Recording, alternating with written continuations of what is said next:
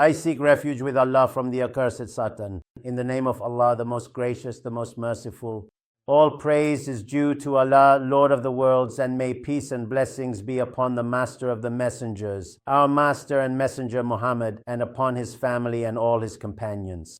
O Allah, teach us what will benefit us, and benefit us with what you have taught us. Indeed, you are the all-knowing, the all-wise.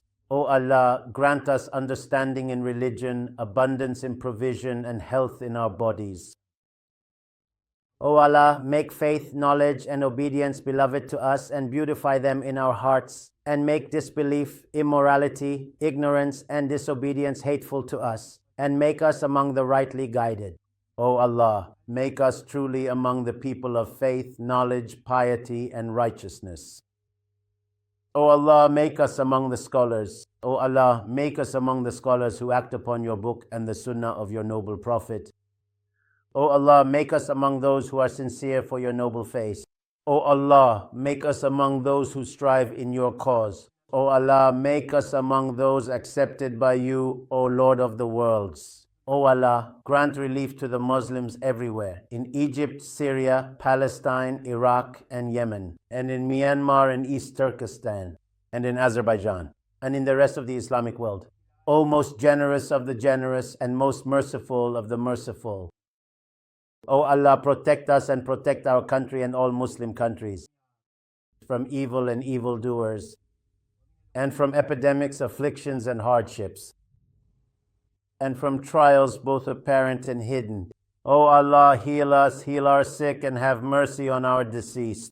O most generous of the generous, and O most merciful of the merciful. And may Allah send blessings upon our Master Muhammad, his family, and his companions, and grant them peace.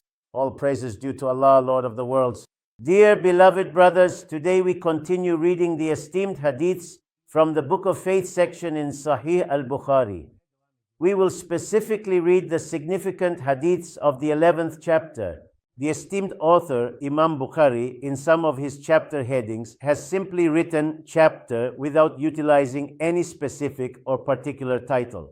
Here, in this instance as well, no specific title has been explicitly written as the chapter heading for this particular section.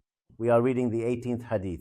قال المؤلف الإمام محمد بن إسماعيل البخاري رحمه الله ورحمنا معه. May my Lord treat the author of our book, Imam Bukhari, with his mercy. And may he also treat us, you, and all the listeners with his mercy, grace, generosity, and kindness. حدثنا أبو اليمان قال أخبرنا شعيب عن الزهري قال أخبرني أبو إدريس عائذ الله بن عبد الله أن عبادة الصامت رضي الله عنه. We are currently reading the profound hadith of the honorable and esteemed companion Ubadah ibn Samit. May Allah be pleased with him. Here, contrary to his usual practice, the author introduces this person to us. وَكَانَ شَهِدَ بَدْرًا وَهُوَ أَحَدُ النُّقَبَاءِ لَيْلَةَ الْعَقَبَةِ. He participated in the Battle of Badr and was one of the representatives from Medina who attended the first pledge at Aqaba. Those who meticulously study Imam Bukhari's profound methodology have consistently found a remarkable subtlety, a delicate nuance, and an undeniable beauty in every single sentence of his work. The beauty here was that Ubadah ibn Samit would have been pleased with this description.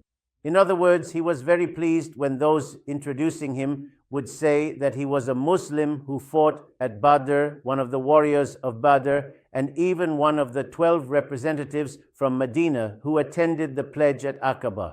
Describing a person with a quality that pleases them, mentioning them with such an attribute, is certainly a beautiful thing.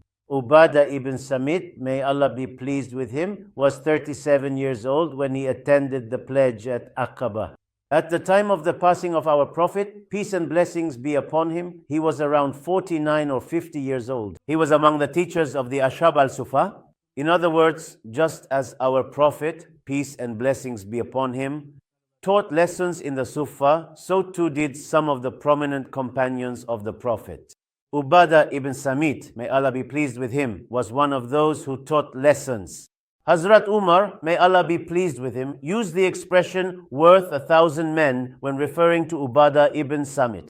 The appreciation of someone like Hazrat Umar, may Allah be pleased with him, shows just how distinguished a companion he was.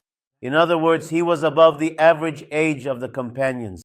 He was appointed as a distinguished governor in Palestine and Homs during the significant time of Hazrat Umar. Ubadah bin Samit's revered mother was widely known as Qurratul Ain and is prominently recorded in the esteemed books of the companions as a truly honorable woman, greatly honored by the teachings and principles of Islam. Ubadah bin Samit's wife was also well known. Our beloved Prophet's peace and blessings be upon him, foster aunt Haram was indeed the devoted wife of Ubadah bin Samit, a prominent companion. Haram was a companion who received the glad tidings from our Prophet, peace and blessings be upon him, that she would be martyred in a battle or a military campaign, and she is buried in Cyprus. The mighty Islamic army reached as far as the beautiful island of Cyprus, and when they first set foot on the island's shores, she tragically fell from her majestic horse, was unfortunately crushed beneath its considerable weight, and thus became a revered martyr. Today, she is honored as a companion, peacefully buried on the Greek side of Cyprus. The local Greeks have long regarded her as a holy saint and have carefully preserved her sacred grave for generations. She is a companion whose grave has remained in the same place since that day. On holy days, sacred nights, and during holidays, Muslims from the Turkish Republic of Northern Cyprus cross over to visit her. The Ottomans believed that it was absolutely necessary to conquer any country or region where a companion of the Prophet was present. And for this reason, because of this female companion, Cyprus was conquered. Today, the people of Cyprus know Haram very well. They may call her Hala Sultan. Actually, Hala means aunt. In some regions of our country, Hala is used to refer to an aunt. The terms Hala, Eme, or Ame are used. Yes, she is the Prophet's milk aunt. In other words, the Prophet's other milk aunt is Sulaim. She is the sister of Rumaisa. May Allah be pleased with her. Rumaisa, may Allah be pleased with her, was a woman who fought for the cause. And in Islamic history, the woman with the most valuable dowry was Rumaisa. May Allah be pleased with her. When a wealthy, noble, and handsome young man like Abu Talha proposed to Rumaisa, may Allah be pleased with her, she said, I cannot marry you because you are someone who worships stones and trees. I will only marry you if you become a Muslim. He said, if you accept Islam as your dowry, I will marry you. And that is how Abu Talha married Sulaim. Sulaim's nickname is Rumaisa. May Allah be pleased with her. There is a very meaningful hadith about Rumaisa. Our beloved Prophet says, دَخَلْتُ الْجَنَّةَ فَإِذَا أَنَا بِالرُّمَيْسَةِ. I entered paradise, and what did I see? Rumaisa was in paradise. We know the following hadith about Haram's martyrdom. From time to time, our Prophet, peace and blessings be upon him, would stay at the house of his milk aunt Sulaim, and sometimes at the house of his milk aunt Hala. He would rest after the noon prayer. Again, during such a rest, our Prophet, peace and blessings be upon him, woke up from his dream. He said, some of my ummah will embark on a naval expedition. And she prayed, O Messenger of Allah, let me be martyred in this expedition. Our Prophet, peace and blessings be upon him, told her, you will join this expedition. He gave her this glad tidings. Yes, such a woman was Haram. She is Hala Sultan, the wife of Ubadah ibn Samit, who is buried in Cyprus.